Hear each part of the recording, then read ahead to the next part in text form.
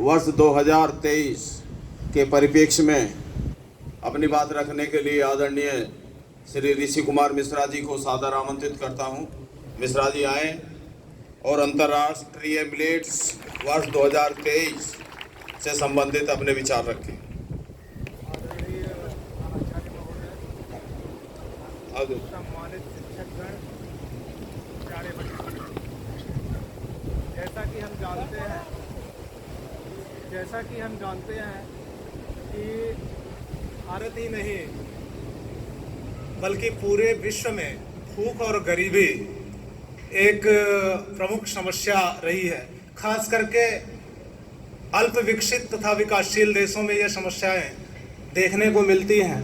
इसके अलावा पोषण संबंधी समस्या खास करके किशोरों तथा महिलाओं में देखने को मिलती हैं। इन समस्याओं के निदान के लिए, इन समस्याओं से निजात पाने के लिए भारत ने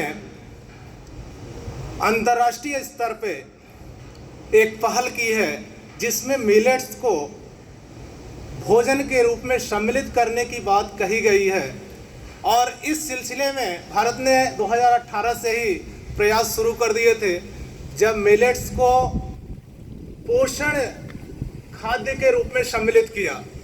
उसके अलावा 3 मार्च 2021 में संयुक्त राष्ट्र महासभा के अधिवेशन में इन्होंने प्रस्ताव रखा मिलेट्स को लेकर, और वो प्रस्ताव 72 देशों ने उसका समर्थन किया और 2023 को अंतर्राष्ट्रीय मिलेट्स वर्ष के रूप में मनाए जाने का फैसला लिया गया, यानी मोटा अनाज वर्ष के रूप में मनाए जाने का फैसला किया गया। अब रही बात मिलेट्स की, तो मिलेट्स है क्या? सामान्य तौर पर हम जानते हैं कि बाजरा और ज्वार यानी जो सोरगम और पर्ल मिलेट्स को ही मिलेट्स कहा जाता है, लेकिन उसके अलावा हमारे यहाँ बहुत सारे जैसे सांवा है, कोदो है, रागी है, चीना है, ये तमाम सारी फसलें हैं जो मिलेट्स के रूप में हैं, वो उगाई जाती हैं। भारत जो है मिलेट्स का सर्वाधिक उत्पादन करने वाला देश है। इसके अलावा दक्षिण अफ्रीकी देश जैसे नाइजीरिया, सूडान में इसकी खेती होती है। वर्ल्ड के कुल उत्पादन का लगभग 41% भारत उत्पादित करता है। अब रही बात इसके पोषण मूल्य की, तो इसको पोषण का भंडार कहा जाता है। इसके अलावा इसको हम सुपर फूड भी कहते हैं। क्यों कहते हैं? इसमें अकूत पोषण भंडार होता है, पोषण पाया जाता है। खास करके आप ज्वार की बात ले लीजिए, बाजरे की बात लीजिए, आयरन प्रचुर मात्रा में मिलता है। खास करके एनीमिया संबंधी जो दिक्कतें हैं महिलाओं में पाई जाती हैं, किशोरियों में पाई जाती हैं, उसको दूर करने में सक्षम है। और सबसे बड़ी बात मिलेट्स की ये है कि इसमें ग्लूटीन नहीं पाया जाता है। तो अगर जो व्यक्ति मिलेट्स का सेवन करता हो तो शुगर की समस्या बिल्कुल नहीं हो सकती है किसी भी कीमत पे, क्योंकि ग्लूटीन इसमें पाया नहीं है। जितने भी मिलेट्स होते हैं और सबकी न्यूट्रिशनल वैल्यू बहुत अधिक होती है। उसके अलावा आप अगर सामान्य तौर पे देखें तो मिलेट्स में लगभग 65 से 75% कार्बोहाइड्रेट, 7 से 12% जो है आपका प्रोटीन पाया जाता है। और सबसे जो अच्छी बात है, इसमें 12 से 15% फाइबर पाया जाता है, जो बहुत ही अच्छा माना जाता है।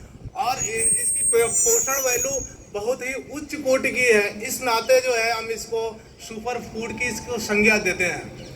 अब रही बात इसकी उत्पत्ति कहाँ हुई, तो बहुत प्राचीन काल से अगर आप देखें तो सिंधु घाटी सभ्यता में ही इसके प्रमाण मिले हुए हैं। लगभग 3000 ईसा पूर्व इसके साक्ष्य मिलते हैं।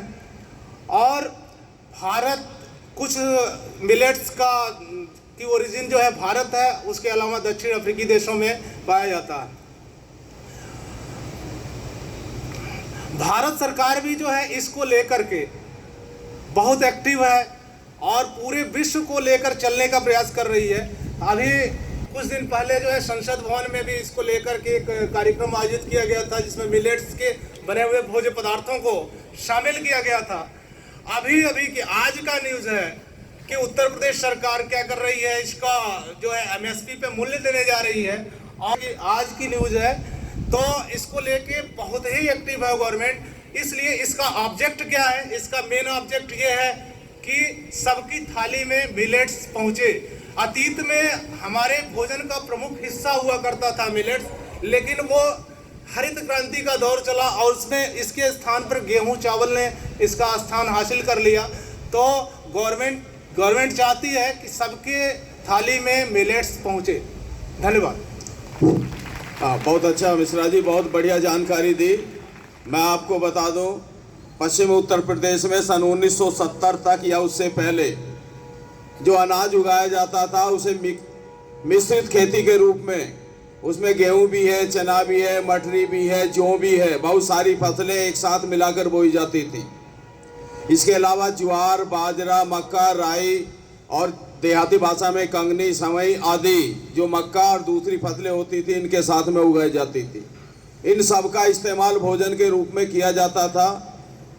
हरित क्रांति आने के परिणाम स्वरूप दूसरी फसलों का ज़्यादा उत्पादन होने के द्वारा इन फसलों का स्थान कम हो गया और किसान ने ज़्यादा उत्पादन देने वाली फसलों को बोना शुरू कर दिया। ये चीज़ें जो मिक्सचर आटा था, जिसमें हमारा गेहूं है, जौ है, ज्वार है, बाजरा है, मक्का है, राई है, चना है आदि मिक्सचर आटा हम इस्तेमाल करते थे। किसी प्रकार की कोई बीमारी नहीं थी, ना शुगर था, ना ब्लड प्रेशर था और ना कोई रतौंधी का रोग था, ना कोई ब्लड की कमी होती थी, कोई एनीमिया, पीलिया आदि कोई बीमारी नहीं थी। लेकिन जो अच्छा खाद्यान्न था, जो वास्तव में पौष्टिक भोजन आपको मिलना चाहिए था, वो आपकी थाली से गायब हो गया और गायब होने के परिणाम स्वरूप आप हम सबको विभिन्न प्रकार की बीमारियों ने जकड़ लिया। तो भारत सरकार ये चाहती है कि इस प्रकार का भोजन आपकी थाली में पहुंचे जिसमें ये सारे तत्व प्रचुर मात्रा में हो और आपके शरीर को जो पोषक तत्व चाहिए वो प्रचुर मात्रा में आपको मिल सके, जिससे विभिन्न प्रकार की बीमारियों से आपको निजात दिलाई जा सके और दवा गोली पर जो आपका खर्च हो रहा है उस खर्च को बचाया जा सके, जिसको राष्ट्र के विकास, निर्माण और आपके उत्थान और विकास में उसको लगाया जा सके। ये बातें आपने सुनी अंतर्राष्ट्रीय मिलेट्स वर्ष 2023 के परिप्रेक्ष्य में। अब मैं आदरणीय सादर आमंत्रित करता हूं कि वो अपनी बात रखें। आदरणीय प्रधानाचार्य।